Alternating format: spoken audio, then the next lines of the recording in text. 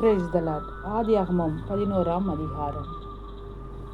பூமி எங்கும் ஒரே பாஷையும் ஒரே விதமான பேச்சும் இருந்தது. ஜனங்கள் கிழக்கே இருந்து பிரயாணம் பண்ணுகையில் சினேயார் தேசத்திலே சமபூமியை கண்டு அங்கே குடியிருந்தார்கள்.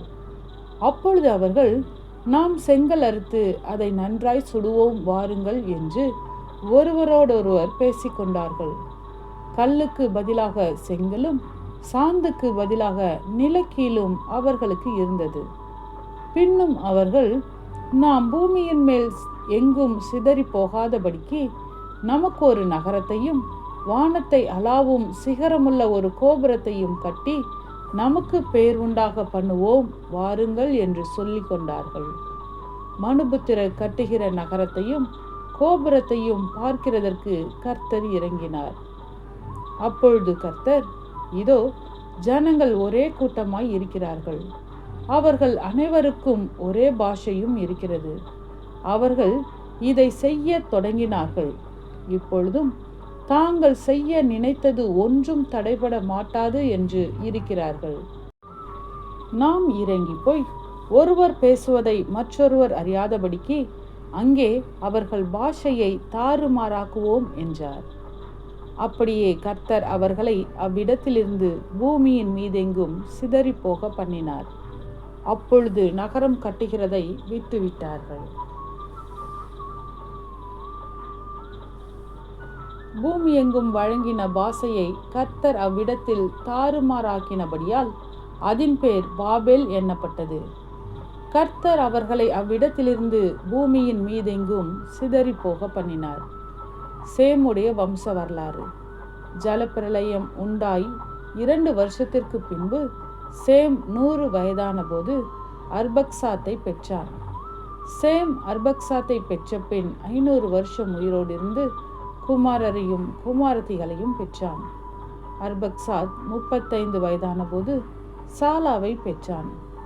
சாலாவை பெற்ற பின் அர்பக்சாத் 403 வருஷம் உயிரோடு இருந்து குமாரரையும் குமாரத்திகளையும் பெற்றான். சாலா 30 வயதான போது ஏபேரை பெற்றான். ஏபேரை பெற்ற பின் சாலா 403 வருஷம் உயிரோடு இருந்து குமாரரையும் குமார்த்திகளையும் பெற்றான். ஏபேர் 34 வயதான போது பேலேகை பெற்றான்.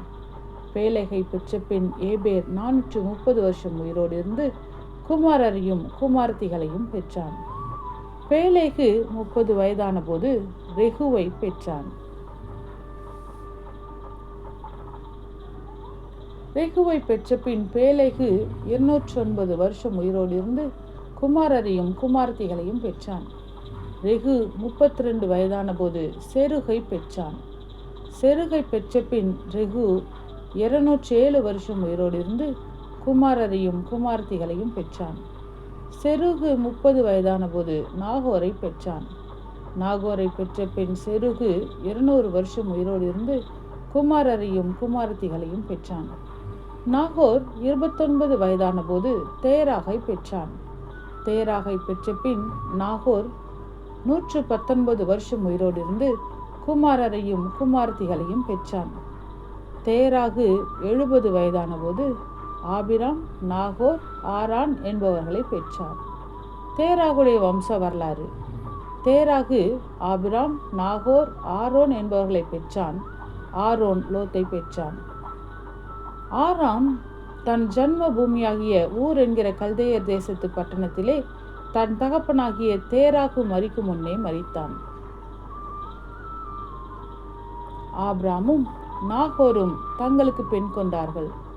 ஆபிராமுடைய மனைவிக்கு சாராய் என்று பேர், நாகோருடைய மனைவிக்கு மில்கால் என்று பேர். இவள் ஆரோனுடைய குமாரத்தி. அந்த ஆரான் மில்காலுக்கும் இஸ்காலுக்கும் தகப்பன். சாராய்க்கு பிள்ளை இல்லை, மலடியாய் இருந்தாள். தேராகு தன் குமாரனாகிய ஆபிராமையும் ஆரானுடைய குமாரனும் தன் பேரனுமாய் இருந்த லோத்தையும் தன் குமாரன் ஆபிராமுடைய மனைவியாகிய தன் மருமகள் சாராயையும் அழைத்து கொண்டு அவர்களுடனே ஊர் என்கிற கல்தேயருடைய பட்டணத்தை விட்டு கானான் தேசத்துக்கு போக புறப்பட்டான். அவர்கள் ஆரான் மட்டும் வந்தபோது அங்கே இருந்து விட்டார்கள். தேராகுடைய ஆயுசு நாட்கள் 250 வருஷம். தேராகு ஆரானிலே மரித்தான். ஆமென். கர்த்தாவே, உம்முடைய வசனம் என் கால்களுக்கு தீபமும் என் பாதைக்கு வெளிச்சமுமாய் இருக்கிறது.